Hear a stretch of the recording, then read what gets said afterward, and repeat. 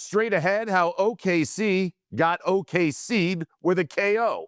And a 140-1 long shot bet actually cashed. Plus, what Charles Barkley is saying about the Knicks botching their head coaching search. And why everyone just needs to chill out on Angel Reese. Although me-bounds is a very clever term. I'm Doug Kezirian, and this is Hard Pass.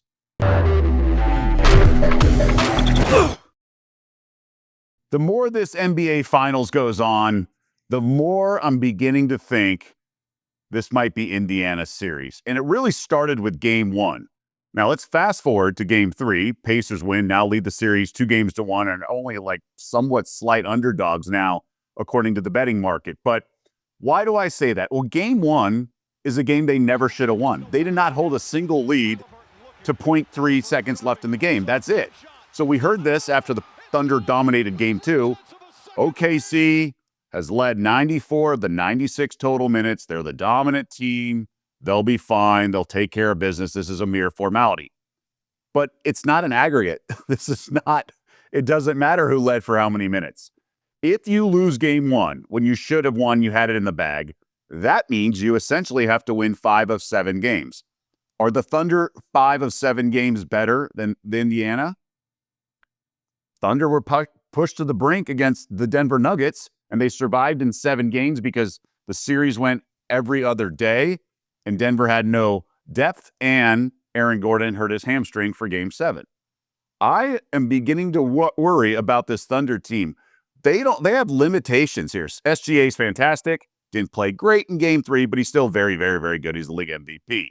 And then some of the role players do play well, but they're just inconsistent overall. Meanwhile, the Pacers, to a T, are following the anatomy of an upset. They are following this to a script. What do I mean by that? Well, they steal a game they had no business winning. That's Game 1. So now they have home court advantage. They take care of Game 3 thanks to an unlikely performance, 27 points off the bench for Benedict Mathurin. Out of nowhere. So you get a win out of nowhere. You get a huge bench performance out of nowhere.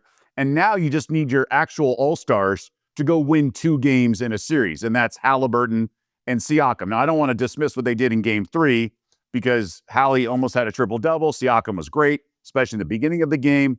And they wouldn't have won Game 3 without them. But the key is you had an outlier performance from a bench player that really proved to be the difference.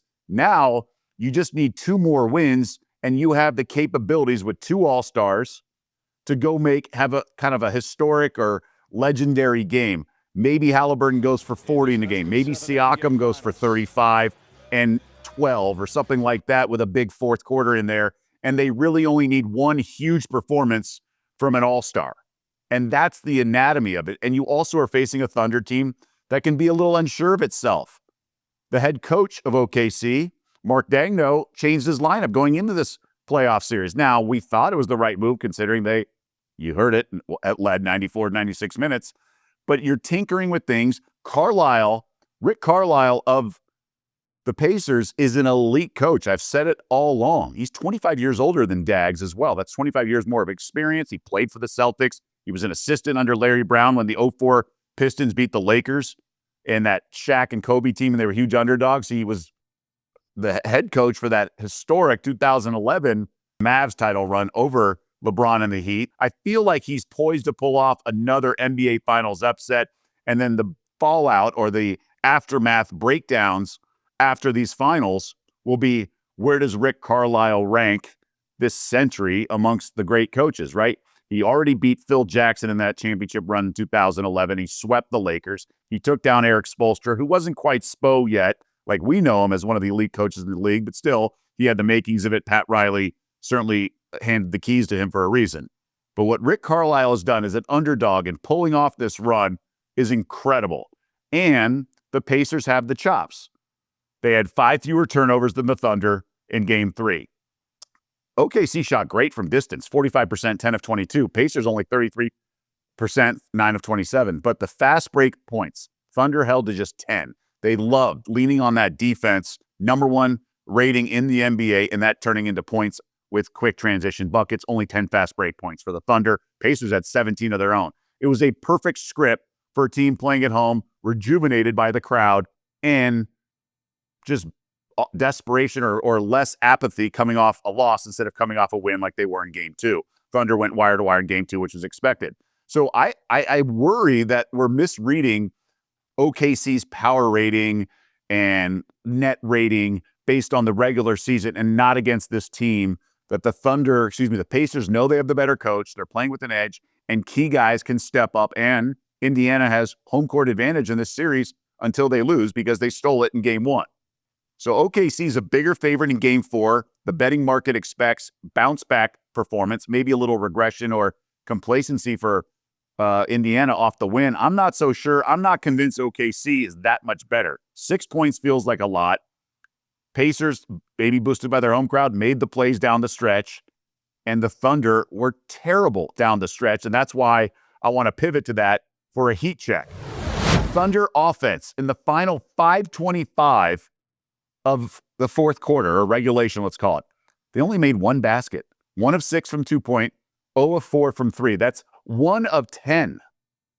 Think about that. And that's Underdog NBA, fantastic Twitter account, X account. Give them all the credit in the world. They had 1 turnover. Pacers blocked 5 of those shots. So of the 9 misses, 5 were because of Pacers blocks. And then the line I referenced earlier, Pacers OKC'd OKC. Completely took over defensively and beat them at their own game. And that was a taste of their own medicine, right? Benedict Mathurin, he led all scorers in game 3 with 27 points. DraftKings, before the game, offered 140-1 odds. Remarkable. Jalen Williams had 26. A couple guys, I believe, had 22. But Mathurin with 27 is your individual game leader. And that is just remarkable. Thunder now minus 230 favorites in the series. So this is what I want to talk about with Tyrese Halliburton. So much was made of how he dropped the ball in game 2. Only 3 points in the first half. Sure, finished with 17, but they were down 18 at half. It was about the first half and only scoring 3. Yeah, he had the game winner in game 1 with 0.3 seconds to go, but ultimately they need more offense. And I just love what he did, attacking the rim and looking for his shot more. In game 2's broadcast, Richard Jefferson said he wanted to see more from him. He had his eyes on the rim and he looked for his shot more. And there was less frontline defense with the small ball lineup that the Thunder have incorporated for this series, not starting Hartenstein and starting Case and Wallace instead. So Halliburton's been driving and has less rim protection to deal with. Not that Hartenstein's the biggest rim protector and best one, but he's more so than Case on Wallace, although it's more difficult to get around Wallace. Now, the question is, for me, as someone who also bets, but what do we expect from game 4? Throughout these playoffs, and it's a little bit of sort of nitpicky, but off a big performance from Halliburton in these playoffs, he tends to have a sort of a flat game, if you will. So let's go back to the Eastern Conference Finals against the Knicks. Halliburton, 31 points in game 1 with the choke. He only had 14 points in game 2, but it was a near triple-double and a great team win. Wire to wire virtually for the Pacers, and they go up 2-0, winning both games at Madison Square Garden. So game 3, or game 4, I should say, he had a huge performance that took control of the series, a 32-point triple-double.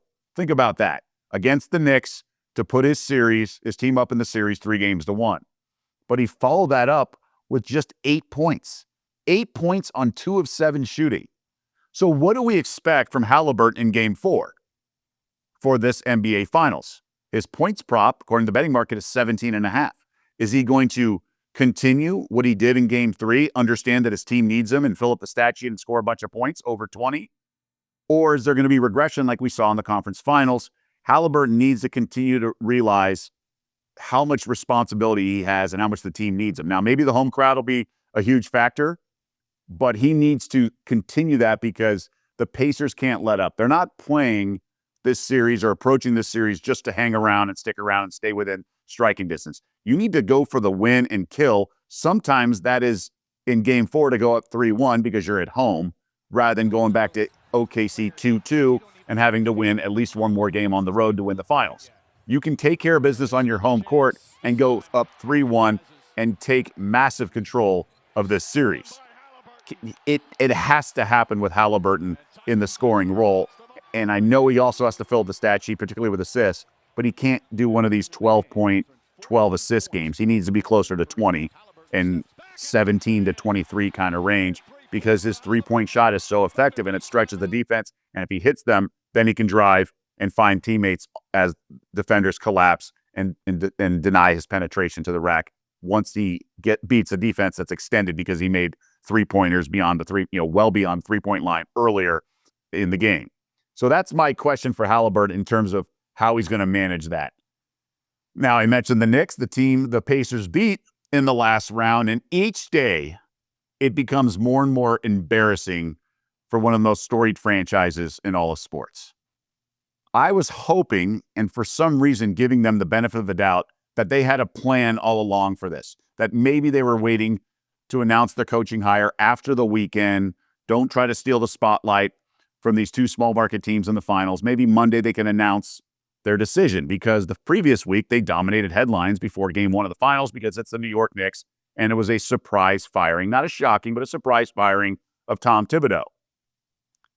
But now what? I thought they had a plan all along, but now it's getting very embarrassing. Or did they not have a choice? First of all, Tibbs took out a full-page ad in the New York Times thanking fans, players, and his coaching staff, not management. Tibbs did not thank management, the group that fired him, albeit with $30 million left on his deal. But since this, the Knicks haven't had a plan. They have already been denied permission from talking to coaches who are currently under contract. The Mavs said no for Jason Kidd. The Rockets said no for Ime Udoka. T-Wolves, no thanks for Chris Finch. Hawks, Quinn Snyder, which I'm kind of surprised because he was on the hot seat. And same with Billy Donovan for the Bulls.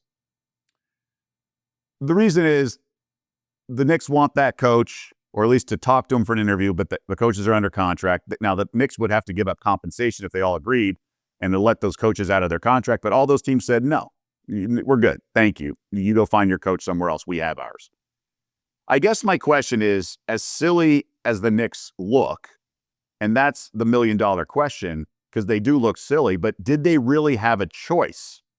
And I'll get into that momentarily, but let's take another heat check here, checking out X and see who's commenting and weighing in on the Knicks, soap opera of a coaching search. Jake Asman. So the Knicks fired Tibbs without a real plan. Brilliant strategy. Brett Halfling. Hey, Tibbs, it's Leon Rose from the Knicks. Yeah, about the other day, meaning Leon Rose, who's calling the shots here in New York in the front office at least, not the owner James Dolan, but Rose, that he would maybe need to backpedal. Here's Charles Barkley at the NBA Finals in Indianapolis ahead of Game 3, breaking down what he thinks of how the Knicks are handling this entire process, including firing Tibbs. The Knicks got to be the stupidest damn people in the world. Like, you don't fire no good coach like that and don't have a plan. I mean, Tibbs did a hell of a job. Obviously, something's going on there, but you don't have a plan. And now the three coaches turn you down. You got to have a plan, man. And they don't have a plan now. I mean, I don't know what the hell they're going to do. Sir Charles can say anything and get away with it. And he he's making sense, right?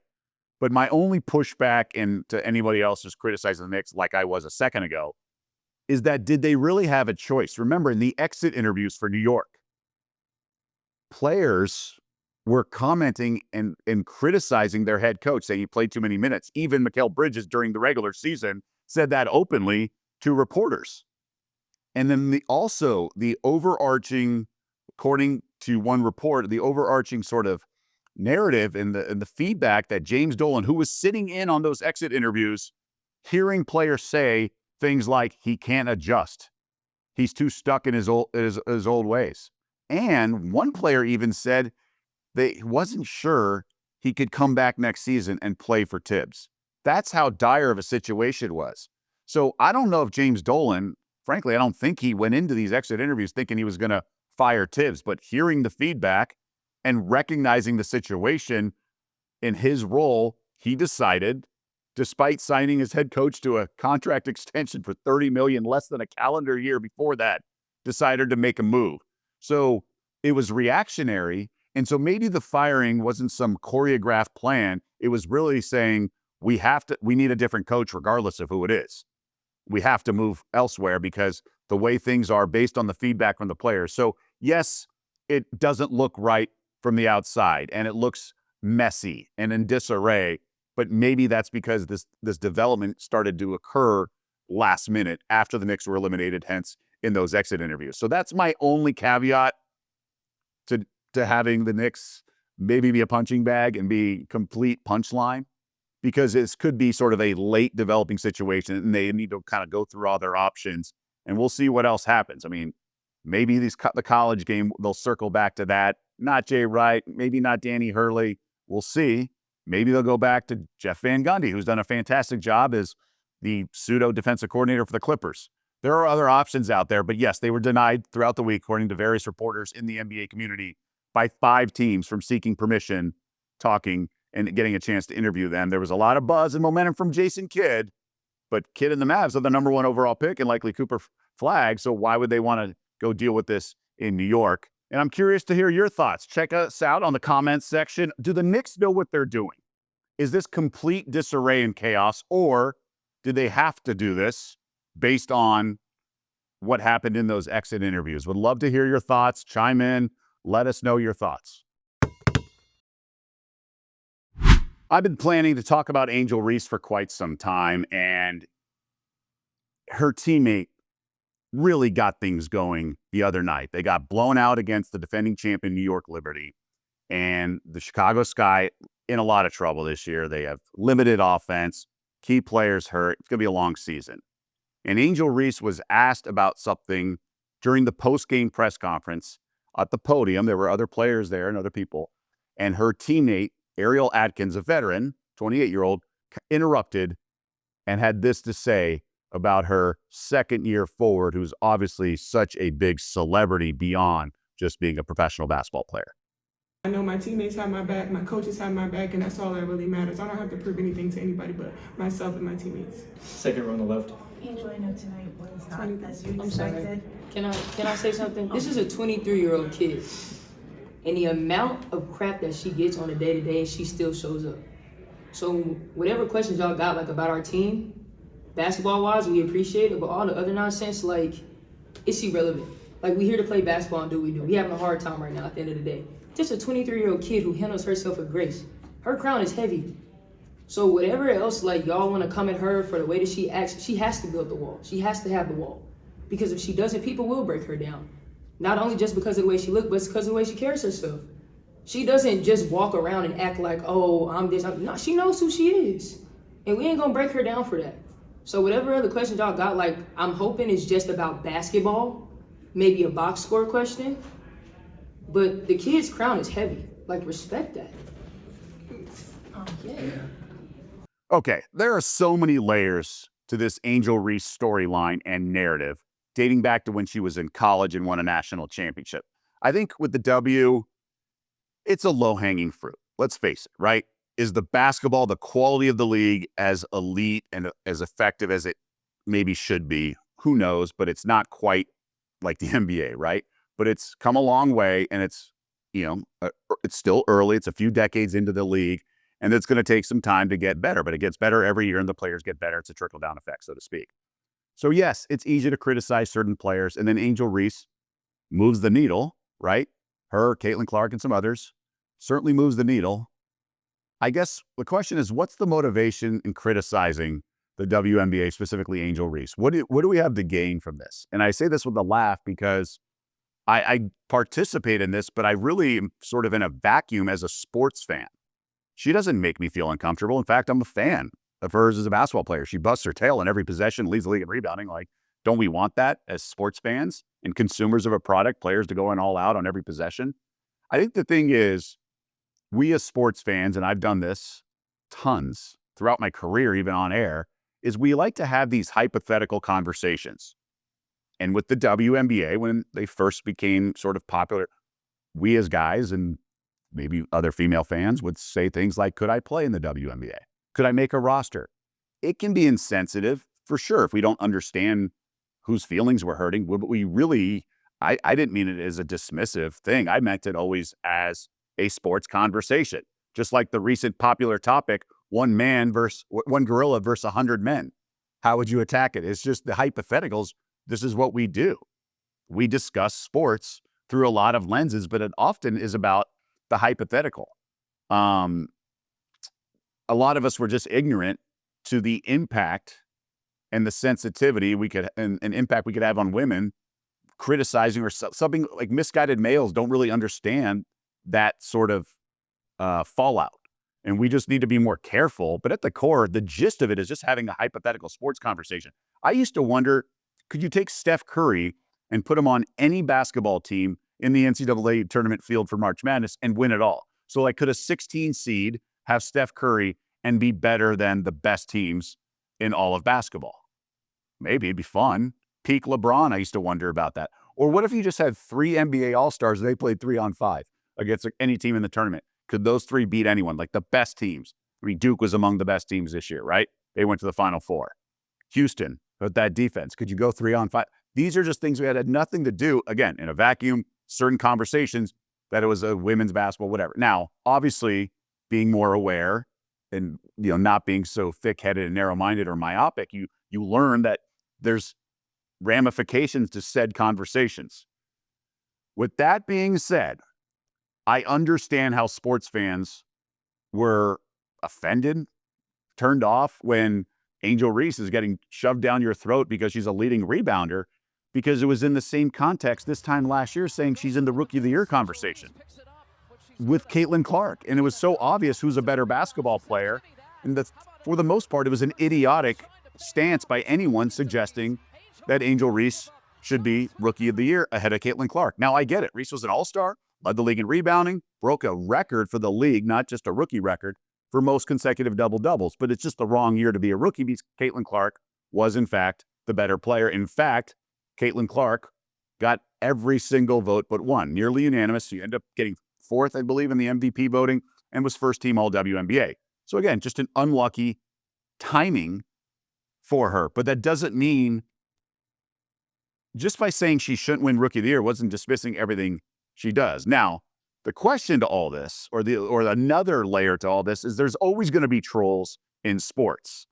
And some are going to be even worse because it's about female sports. So in the WNBA trolls, they're going to grab the low-hanging fruit and just point out certain things that are unnecessary. But I think the flip side is, I don't think women's professional athletes should want everyone to walk on eggshells. Like, the fact that you do have trolls is a good thing. Like, you've arrived, you're not getting dismissed, you're getting attention. Now, it's not a thing to celebrate, but I don't think you want kid gloves all the time. I think there's always going to be trolls. I mean, look at LeBron. The guy has so many critics. He played in a fishbowl era, right? And Jordan never had the criticism. Jordan's talked about with all the gambling and stuff. Imagine if Twitter existed back then and there were cell phone cameras and everything. Jordan was off the grid as much as a guy who's 6'6" and one of the most famous athletes in the world can be. LeBron, no way, right? And he has tons of criticism unnecessarily. And that's just what comes with the territory. So, and let me know your thoughts with Angel Reese. Do you like her? Do you love her? Do you dislike her? Why? Have you now questioning why you even have an opinion towards her, especially if you're not a WNBA player? I would love to hear you weigh in the rationale behind any sort of feelings. It's really interesting to me. Someone can move the needle, but she's so popular away from the game, and maybe that's part of this as well. So I would love to hear feedback and where you stand on this. We've seen it with other athletes, like the butt fumble. Why would ESPN do that and celebrate it forever? I mean, Mark Sanchez was so much more than a butt fumble, but it was constantly used in videos of marketing, promos, everything. I mean, I just said butt fumble, and you know exactly what I mean. How did that become part of his sort of signature when he was a starting quarterback of the Jets and went to AFC Championship game? Like, that's insane when you think about it. So Angel Reese is getting sort of that treatment with the me bounds, which is a fantastically clever term, and I love it. But that doesn't mean it should just be open season on all her criticism. Like, yes, her offensive game around the rim is ridiculously and weirdly bad at times. And I don't understand why she doesn't use her dominant left hand. I don't understand why she insists on scooping with the right from her like knee and waist, but whatever. She's 23. She's going to get better. She actually has a decent shooting strokes. Her free throws are fine. She's hit a 3 the other night. She's going to be much better over time. She was a national champion in college. She was the 7th overall pick. She's led the league in rebounding currently and then also as a rookie. She's not a bad player. She has bad offensive skills around the rim at times, but she's doing much more than Camila Cardoso, her teammate who was drafted higher and is a stiff at times. Even though she's taller, she's doing nothing. She's not leading the league in rebounding. Like, why isn't anyone criticizing her? It comes to the popularity of Reese, and that's the key I want to bring up. As of May 29th, she is clearly the most followed player on Instagram in the WNBA. Caitlin Clark, unsurprisingly, is number 2, then Paige Beckers, and then some other players. But Angel Reese moves the needle, 4.9 million, and the biggest line of demarcation in her fans and people who love her, and then the critics. And they don't understand, the critics don't really, is why she is so popular. It's beyond basketball, right? Tim Tebow moved the needle similarly. Now, he was a Heisman Trophy winner and a national champion, but in the NFL, he had his limitations and was mocked on his throwing motion and things like that. Now he won a playoff game and it's done more, but give Angel Reese time. She was still the 7th overall pick. And Tebow had such a larger impact beyond his sport, and his following was well beyond his just fan base when he was with the Broncos, okay? Also, and I can't fully capture this as a white male, but she is a pioneer in the Black community, okay? Think about the 3 areas she has played in. She is a Baltimore native, okay? She played her college ball, then after Maryland, to Baton Rouge, and then now as a professional athlete in Chicago. Those are predominantly Black areas, and she is seen so much more as a Black than just a Black player. I can't fully capture this, obviously, like I said, but you have to realize this, and if you don't understand this, just ask a friend of yours who's Black and ask them to explain what it means to have a Black person nicknamed Barbie. It's important, and she's a role model. Her confidence, her swagger, everything else, she's unapologetic. I believe that's tattooed on her forearm.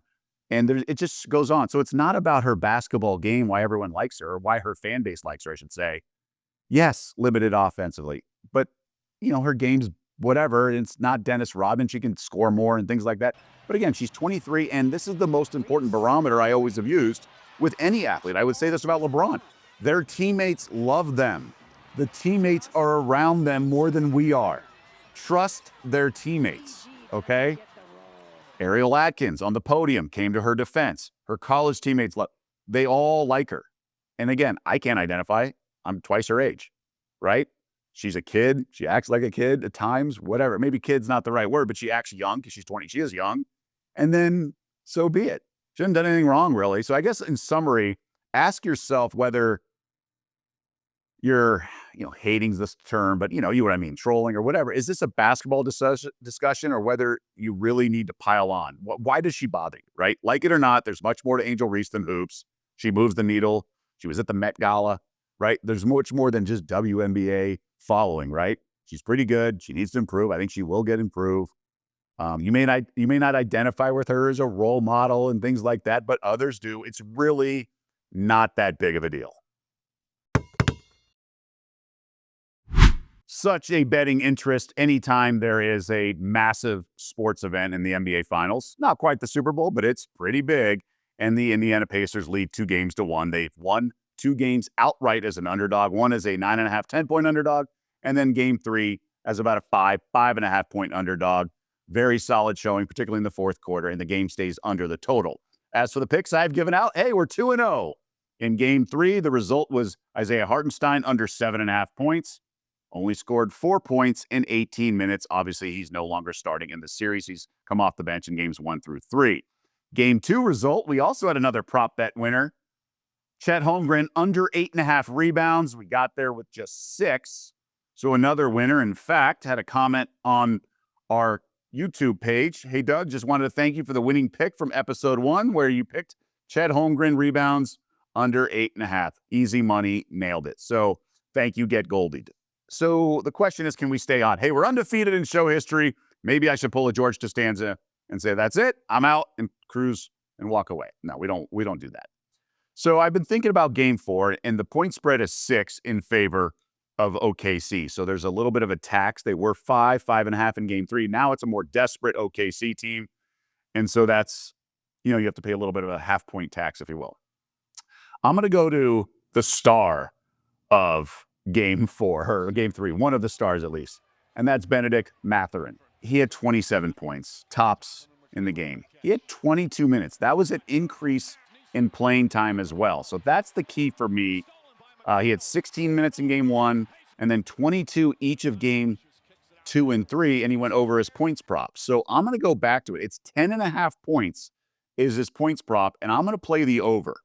I do think Rick Carlisle likes what Mathurin brings with that second unit, but also just across the board. Neesmith's minutes came back a little bit. I know it's sort of a recreational type play, meaning a recreational bettor really fixates on one he last saw and bets reactionary. But I do think the market, in this case, it definitely is a little stubborn and a little late to adjust. So if there's something that happened that I think has value that the market is going to be too slow to adjust to, I think we have an opportunity, and that's Mathurin with his usage. I think he's going to get more opportunity in terms of minutes played than he's normally getting, and that's proved in games 2 and 3. He's 22 minutes up from 16, and he's showing more initiative and attacking the rim.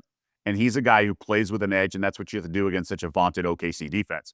So I will go with Ben Mathurin over 10.5 points as my game 4 prop bet play. I'd love to hear your thoughts on whether you like that bet or not, or whether you have another bet that you want my opinion on, or whether you just want to say your favorite play. It all goes, anything goes. Let me know your thoughts for that one.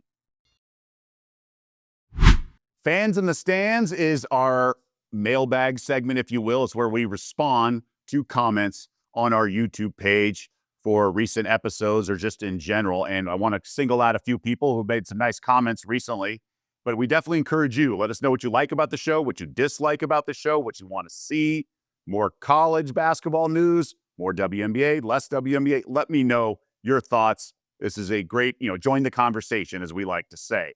Michael St. John, good luck, Doug. Been riding with you since the Wager days. I appreciate that. Of course, that's in reference to Daily Wager, the show I hosted and worked on when I was at ESPN for 11 years. The betting show was Daily Wager. We launched it. I was able to cut the ribbon on the Vegas studio. And so Michael said he's been watching and following my career ever since. Iron sharpens iron golf. Love the handle, by the way. Great thumbnail. Looking forward to the Green Room, Betting 101, and Arthur. Yes, we have some fun segments played. We've already done Betting 101 this show. Green Room will be an interview segment. And Arthur, my French bulldog of ESPN fame, no less, he will be featured in some segments as well as we move on and progress here with the show. And I like what Sean Scott said. God forbid anybody can have a little criticism. I welcome it, but I'm saying God forbid out there in the world. Good luck, Doug. Strange timing with the NBA about to end. And then I told him I'm going to answer this on this next episode. And here we are. Yeah, you can't always do everything perfectly and neat. Sometimes you get your ducks in a row with the network and things like that, but it's also nice to launch on the biggest platform in terms of visibility of a sporting event, right? Mid-season or preseason of NBA, sure, but this is a year-round show. So we're going to talk about the league in the offseason. Free agency is supposed to be huge. Summer league, the draft, trades, maybe the Knicks eventually find a coach. There's tons of offseason sort of topics and storyline. Also, we have the WNBA, we have college basketball. This is a basketball show, so a lot of stuff. And we're going to have interviews, so sometimes the offseason with less games and fewer games is better for some interview segments by my former colleagues at ESPN and other people in the sports community. So yeah, strange at first glance, but not necessarily. And, launching during the NBA Finals certainly makes sense because a lot more eyeballs are on the association, the NBA, than they are maybe during the season. But I appreciate the feedback, Sean. Appreciate the support, and we hope you keep watching as well. And that's going to do it for this show. Next game, Game 4, also in Indianapolis. That is Friday night. So quick turnaround, but no travel for the teams. We'll have a show posted that night or Saturday morning, and then it'll last for a few days and be fresh content for a while, we would think. But there's going to be a travel day, extra travel day in the finals between Games 4 and 5. Will OKC have evened up the series 2-2? Or will Indiana, the underdog, become the favorite with a 3-1 series lead? It's been a great series. Rick Carlisle can maybe pull it off. We'll do all that in the next episode, but we appreciate you tuning in to Hard Pass.